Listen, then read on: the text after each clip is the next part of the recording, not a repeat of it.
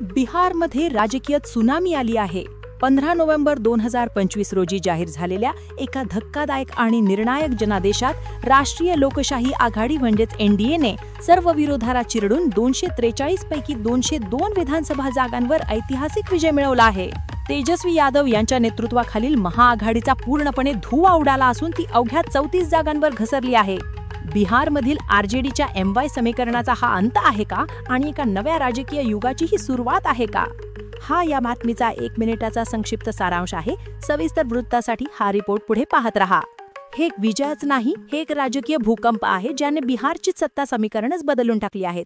आज 15 नोव्हेंबर 2025 रोजी जाहीर झालेल्या निकालांनी मुख्यमंत्री नितीश कुमार यांच्या नेतृत्वावर शिक्कामोर्तब केले आहे, ज्यांनी पुन्हा एकदा सुशासन बाबू आणि बिहारच्या राजकारणातील फिनिक्स म्हणून आपली ख्याती सिद्ध केली आहे. सर्व अडचणींवर मात करत ते पुन्हा उभी राहिले आहेत. चला आकडेवारी पाहूया. एनडीएचा 202 जागांचा प्रचंड विजय हा एकजुटीमुळे शक्य झाला.